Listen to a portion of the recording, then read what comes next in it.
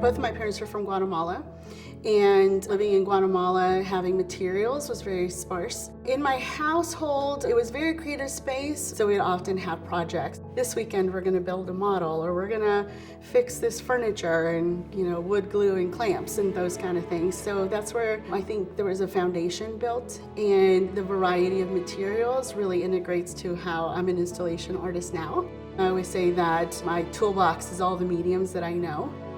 My process in making starts with a little nugget or a little seed of an idea, and then I go into research, and then it just kind of grows. So it's very concept-based, research-based at the beginning. I always share the quote by Sol LeWitt, who says that conceptual work is 90% thought process and 10% execution. So that's totally me. I never know what my material is going to be. It could be sod. I'm recently working on something with helium. I've done installations with watercolor paintings before. It could also be just completely tech and projections and mirrors. So I never know where it's going to lead, which is also the fun part. When creating installations, I'm always thinking about how people are going to move through the space. Where are they going to pause?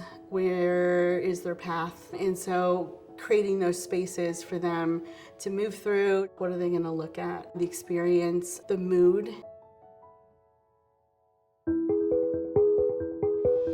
All of my work is very personal. The piece that I did at the Pence County Art Gallery related to how much influence you would want science in making a family and the notion of not being able to have children.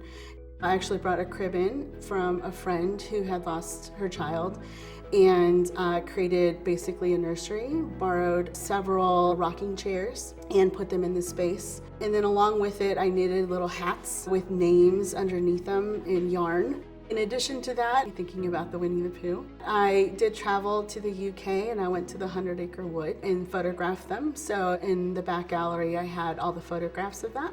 And then I also recorded myself reading portions of them.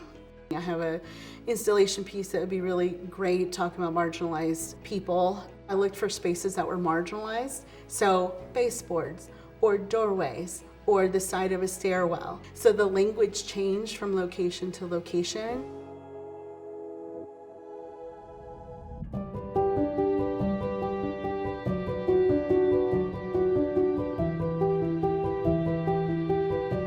I usually am okay with sharing my life experiences because I know that people can relate to it and or learn from it. And so working with students when they come to me that they want to be in the arts, to keep in mind what your interests are and your hobbies. At some point, those things will intersect. One thing I really liked about Professor Trejo's class is that I was able to throw my personality into my art. I've really found my voice. I think for me, being an artist and an educator, a lifetime learner, and my experiences are all one and the same.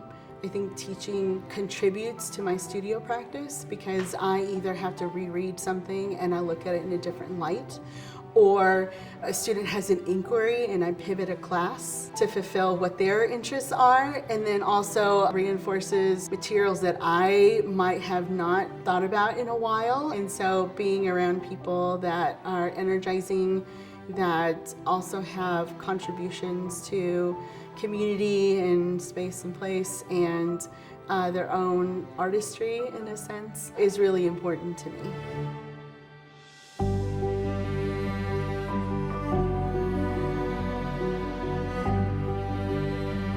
All of that feeds itself into it. My experiences, my teaching, my life, my travel, it's all integrated because it's all in one.